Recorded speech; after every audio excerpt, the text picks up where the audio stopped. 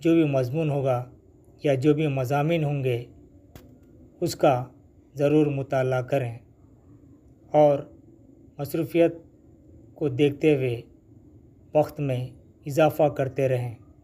جو مضمون آپ کو مشکل نظر آتا ہے اس پر زیادہ وقت دیں۔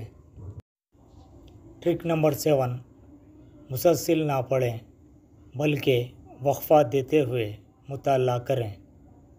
پرسکون ماحول میں مطالعہ کریں، یعنی مسلسل پڑھنے سے تھکاوٹ میں اضافہ ہوتا ہے۔ جب ہم تھک جاتے ہیں تو مطالعہ کرنے میں مشکل ہوتی ہے۔ کنٹینیو نہ پڑھیں بلکہ وقفہ دیتے ہوئے پڑھیں۔ مطالعے کے لیے پرسکون ماحول کا ہونا بہت ضروری ہے۔ وقفہ دیتے ہوئے اگر ہم پڑھیں تو زیادہ سے زیادہ مطالعہ کر سکتے ہیں اور جو بھی ہم پڑھیں وہ زیادہ دن تک ذہن نشین رہ سکتا ہے۔ ٹرک نمبر 8، مکمل خود اعتمادی سیلف کانفیڈنس کے ساتھ امتحان کی تیاری کریں۔ امتحان کا خوف ہرگز پیدا نہ کریں، یعنی کسی بھی امتحان کی تیاری کے لیے خود اعتمادی سیلف کانفیڈنس کا ہونا بہت ضروری ہے۔ اس کے علاوہ امتحان کا خوف ہرگز نہیں پیدا کرنا چاہیے۔ جب امتحان کا خوف پیدا ہو جاتا ہے تو ہم امتحان کی تیاری نہیں کر سکتے۔ تیاری کرنے میں کافی مشکل ہوتی ہے، لہذا خود اعتمادی سیلف کانفیڈنس کمپلسری ہے۔ ٹرک نمبر 9، ہمیشہ مثبت پازیٹیو سوچیں۔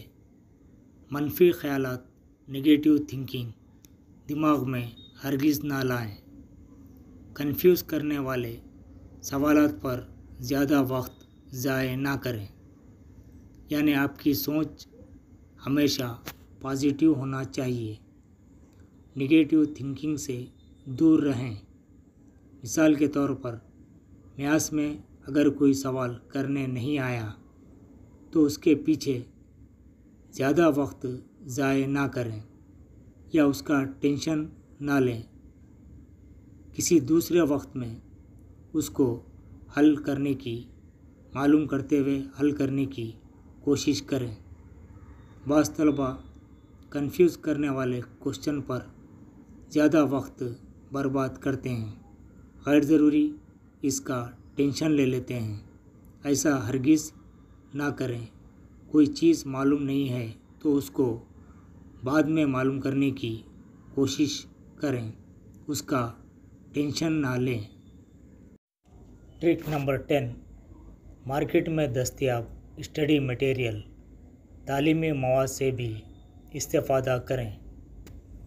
اس کے علاوہ ڈیجیٹل مواد ڈیجیٹل کانٹینٹ سے بھی استفادہ کیجیے، یعنی نوٹیفیکیشن آنے کے بعد مارکیٹ میں جو بھی گائیڈس اسٹڈی مٹیریل جو بھی دستیاب ہوگا اس سے بھی آپ استفادہ کرنے کی کوشش کیجیے، یعنی اس سے کچھ نہ کچھ آپ کو فائدہ ہوگا۔ اس کے علاوہ یوٹیوب پر مختلف چینل مختلف مضامین کا مواد اپنے لحاظ سے پیش کر رہے ہیں، اس سے بھی آپ وقت کے لحاظ سے استفادہ کیجیے۔ کس سے کیا فائدہ ہو سکتا ہے وہ فائدہ حاصل کرنے کی کوشش کیجیے۔ MS ڈیجیٹل NZB چینل کی طرف سے یوٹیوب پر ٹیٹ کے لیے مختلف مضامین کے اہم سوالات و جوابات پر مشتمل مختصر ویڈیو پیش کیے جا رہے ہیں۔ آپ یوٹیوب پر MS digital channel NZB type کر کے اس کی ویڈیو لسٹ یا پلے لسٹ سرچ کر کے اس میں دستیاب مختلف مضامین کے مختصر اور مفید ویڈیوز دیکھ سکتے ہیں۔ جب بھی فرصت ملے ان ویڈیوز کو دیکھنے کی کوشش کیجیے۔ ڈیئر اسٹوڈنٹ، یہ جو ویڈیو ہے امتحان پاس کرنے کے لیے کوئی میجیکل ویڈیو نہیں ہے، بلکہ ایک موٹیویشنل ویڈیو ہے۔ ویسے تو یہ تمام ٹرکس آپ کو معلوم ہے۔ ویڈیو بنانے کا مقصد یہ ہے کہ ان ٹرکس کو ریکال کریں تاکہ آپ کو امتحان کی تیاری کرنے میں آسانی ہو سکے۔ MS ڈیجیٹل NZB چینل کی طرف سے مختلف ویڈیوز بنائے جا رہے ہیں۔ ہمارا مقصد یہ ہے کہ YouTube پر اردو کانٹینٹ میں یعنی ڈیجیٹل کانٹینٹ میں اردو زبان میں مواد زیادہ سے زیادہ دستیاب ہو سکے۔ Dear student, MS digital NZB YouTube channel کی طرف سے ہم ایک چھوٹی سی کوشش کر رہے ہیں تاکہ مختلف مضامین کا مواد اردو زبان میں ڈیجیٹل انداز میں پیش ہو سکے۔ ہمارا مقصد زیادہ سے زیادہ مختلف مضامین کا مواد اردو زبان میں ڈیجیٹل انداز میں پیش کرنا ہے۔ ایک ہم چھوٹی سی کوشش کر رہے ہیں۔